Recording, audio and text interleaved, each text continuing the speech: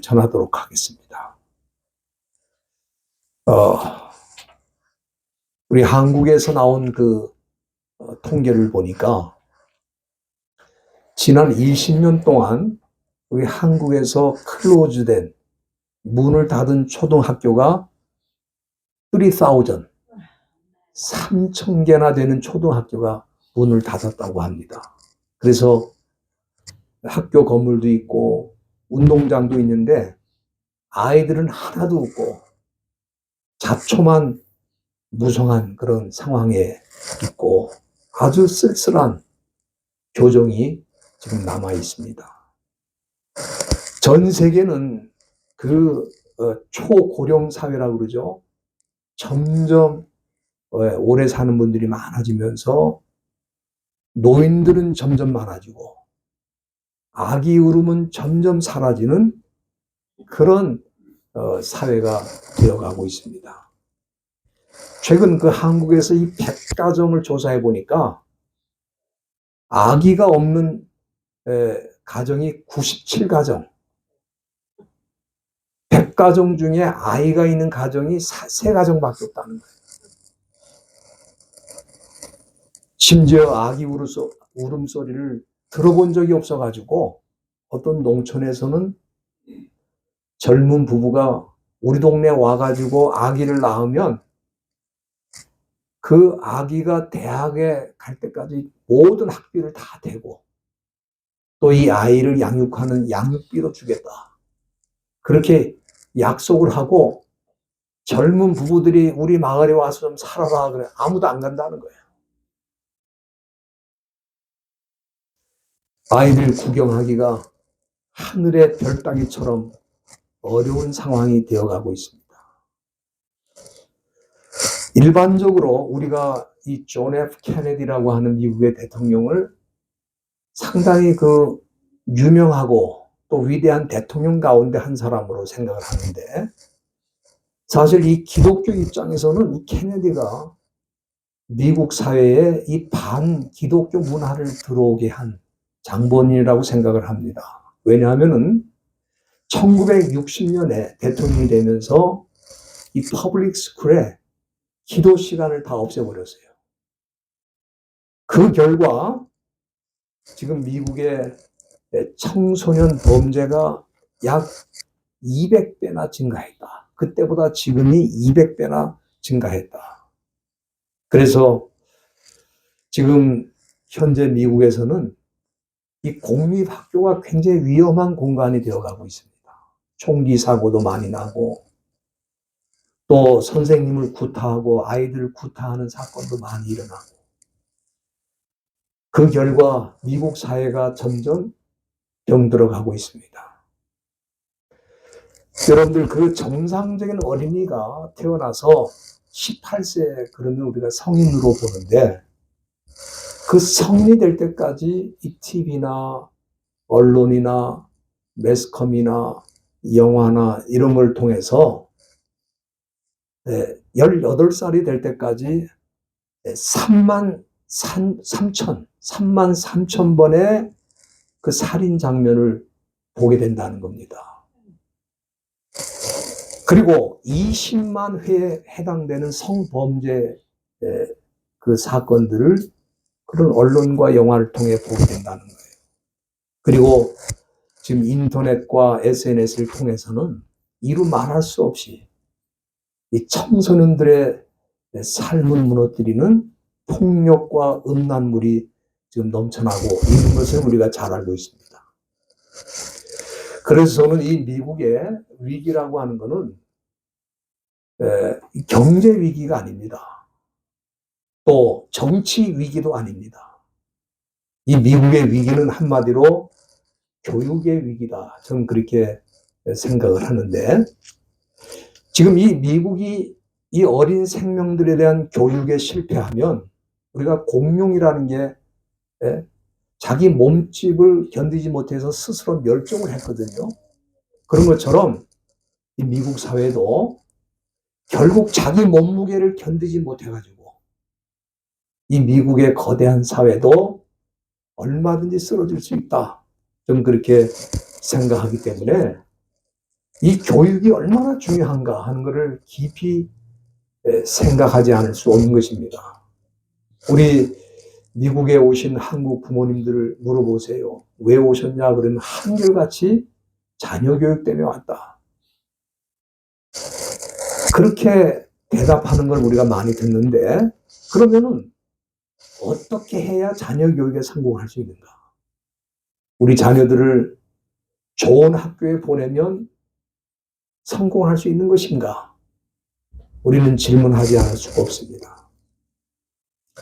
이 아이들이 어릴 때부터 18세 성년이 될 때까지 깨어있는 시간이 11만 5천 시간 정도 된다고 합니다. 11만 5천. 물론 아이들마다 좀 다르겠습니다만은 그 중에 학교에서 보내는 시간이 7천 시간이고 나머지 9만 7천 시간을 이 아이들이 가정에서 보낸다는 거예요. 그러니까 이 아이가 깨어있는 그 시간의 93%를 어디서 보내느냐? 가정에서 보낸다 이거예요. 그리고 7%만 학교에서 보내는 그런 통계가 있는데, 따라서 인생의 대부분을 가정에서 보내는 거예요. 그러니까 학교에 보냈기 때문에 교육을 다 시키게 되었다. 그건 거짓말이죠. 가정에서 교육에 실패하면 이 아이는 실패한 교육의 희생자가 되는 것입니다. 그렇기 때문에 우리 어린이 주일을 맞이해서 이 기독교 가정에서 자녀들을 어떻게 키우는 것이 하나님이 원하시는 것인가, 이 부분에 대해서 깊이 생각을 해야 된다. 저는 그렇게 봅니다. 우선 하나님께서는 이 부모들에게 귀한 사명을 주셨는데, 그 사명이 뭐냐 하면은 자녀들을 위한 평생 교사로 세우셨다는 겁니다. 여러분들, 이 세상에 최고로 좋은 교사, the best teacher. the best teacher가 누구냐? 부모님들이에요. 가장 좋은 교사가 부모님이기 때문에 이 아이들이 태어나면 가장 좋은 교사인 부모님에게 맡겨지는 거예요. 이 세상에 아기들이 태어나면 다른 사람에게 맡기질 않잖아요. 부모에게 맡겨진 이유가 뭡니까? 이 어린 생명이 최고의 교사인 부모를 먼저 만나서 교육을 받아야 된다. 그런 뜻입니다. 어떤 사람들이 그렇게 말해, 어린아이가 무슨 교육이냐, 갓난 애들 위해서 잘 먹여주면 되는 거지. 그렇지 않습니다. 요즘은 태어나기도 전에 아이를 교육시킨다고 그래서 그걸 뭐라 그럽니까? 태교라고 그러잖아요. 그러면 태어나기도 전부터 지금 교육을 시키는데 태어나면 교육을 시켜야 되는 게 너무 당연한 거죠. 어떤 유명한 교육가 푸시넬이라고 하는 유명한 교육자가 있는데, 이 사람은 그렇게 주장을 합니다. 아이들이 3살이 되면 부모가 줄 수 있는 것의 절반을 준 것이다. 3살이 되면 그 부모가 교육시킨 것의 절반을 벌써 이미 받은 거라는 거예요. 그렇기 때문에 이때가 굉장히 중요하죠. 이 3살 될 때까지 자녀들을 제대로 교육시키지 않으면 이 자녀를 세상에 뺏기고 마귀에게 뺏기게 된다. 저는 그렇게 봅니다. 그러면은 부모된 자녀들이, 우리들이 자녀들을 어떻게 교육을 시켜야 되는가? 일단 이 목표가 중요합니다. 우리가 이 세상의 모든 일은 목표가 있잖아요. 그렇죠? 그렇기 때문에 이 자녀 교육도 목표가 있는데 그 목표가 무엇인가? 오늘 본문 5절 말씀 한번 보시기 바랍니다. 신명기 6장 5절에 보면은 이 가정 교육의 목표가 무엇인지 정확하게 나타나 있어요. 거기 보면은 너는 마음을 다하고 성품을 다하고 힘을 다하여 내 하나님 여호와를 사랑하라. 여기 지금 세상 사람들은 뭐 이런 거를 신경 쓰지 않죠. 그러나 기독교인 가정의 그 교육의 목표가 뭐냐? 우리의 아이를 마음을 다하고 성품을 다하고 힘을 다해서 하나님을 사랑할 수 있는 사람으로 키우는 게 우리 기독교 교육의 목표다 이 말이에요. 하나님을 진심으로 사랑한다면, 우리 자녀들이 하나님을 진심으로 사랑한다면 나를 낳아주신 부모도 진심으로 사랑하고 또 우리 주변에 있는 이웃들과 친구들도 그렇게 사랑할 수 있고 어디 가든지 인정받는 사람, 환영받는 사람, 필요로 하는 사람이 될 수 있다. 저는 그렇게 생각합니다. 저는 우리의 자녀들이 다 좋은 대학에 가서 좋은 직장에 취직하기를 원합니다. 그리고 미국 사회에 주류 사회에 들어가서 역할을 하고 또 노벨상을 받는 사람들도 나오기를 원합니다. 그러나 그것은 자녀 교육의 전부가 아니라 이 말이에요. 자녀 교육의 핵심은 우리의 자녀들이 어렸을 때부터 하나님을 알고 하나님을 진심으로 사랑할 수 있는 사람으로 키워내는 것. 이것이 우리 기독교 교육의 아주 핵심되는 목표인데 이 목표를 놓치면 이 아이는 세상으로 뺏길 수밖에 없어요. 세상 사람이 될 수밖에 없다 이 말이에요. 그리고 오늘 이 본문에 보면은 이같이 자녀들에게 부모가 좋은 교사가 되려고 하면은 부모가 먼저 해야 되는 것이 있다 이거예요.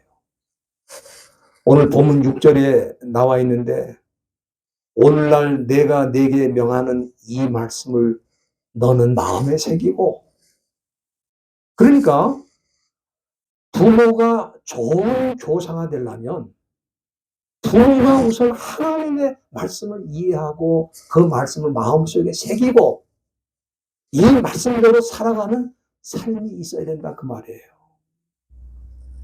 여러분들 한번 생각해 보세요.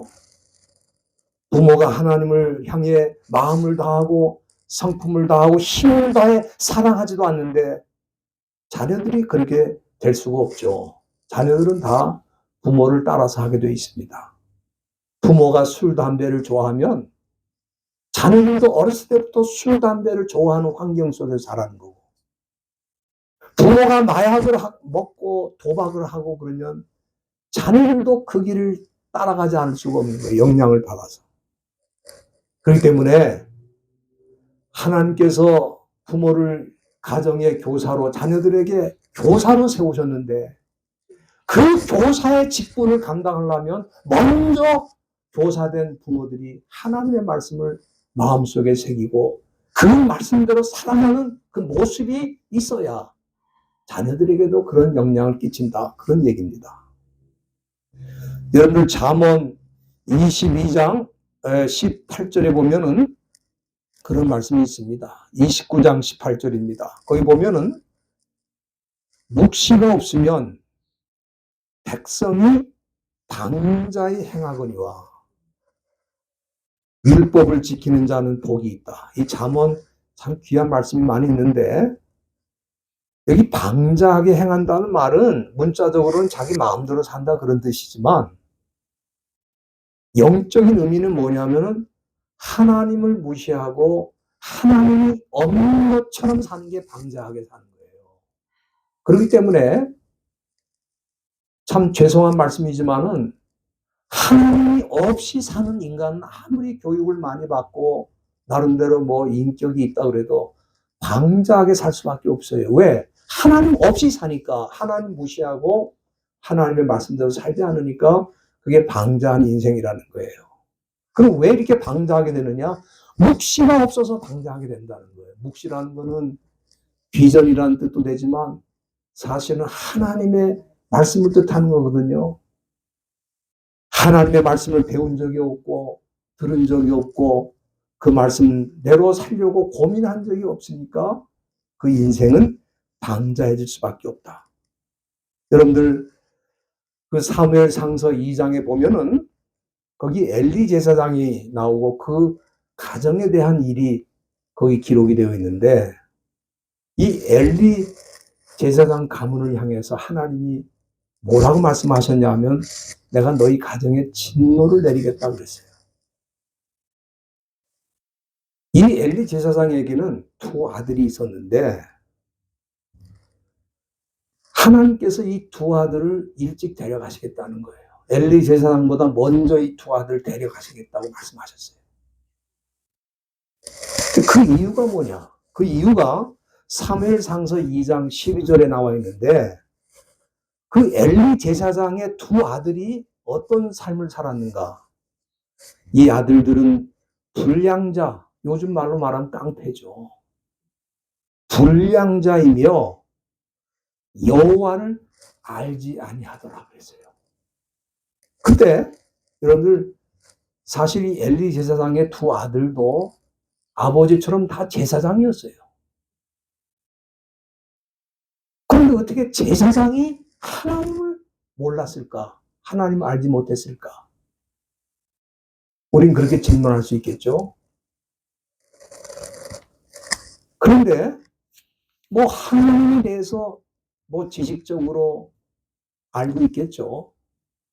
그러나 하나님을 진정으로 마음을 다해서 성품을 다해서 온 인격을 다해서 하나님을 섬기지 않았다고 말이에요.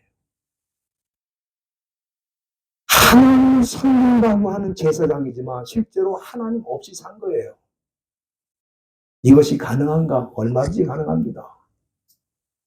이 시대에도 하나님을 실제로 믿지는 않지만 종교적으로 그냥 신학적으로 공부를 해서 목사가 된 사람도 있고, 예? 또 그런 사람들은 사실은 종교인에 해당되는 사람들인데 종교 행위를 할 뿐 하나님이 있는 건 아니에요.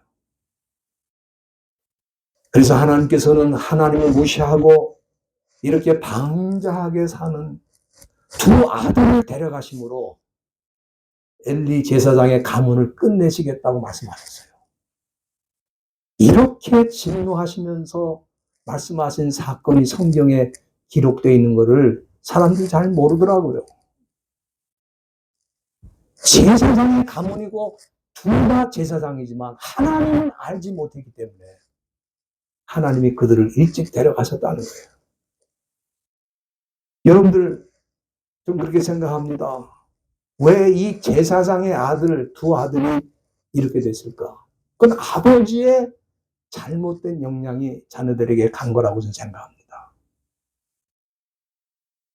아이들에게 바른 일을 심어주지 못한 거예요. 제사장이라는 종교적인 직분을 받았어도 하나님을 섬기는 법을 제대로 배우지 못한 거예요.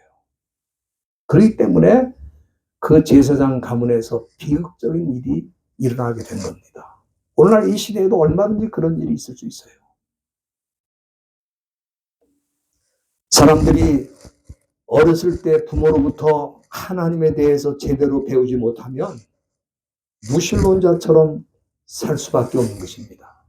여러분들 이 세상에 문제가 어디 있겠어요? 태어날 때부터 문제가 어디 있습니까? 다 문제의 부모를 만나가지고 문제가 된 거예요. 좀 그렇게 봅니다.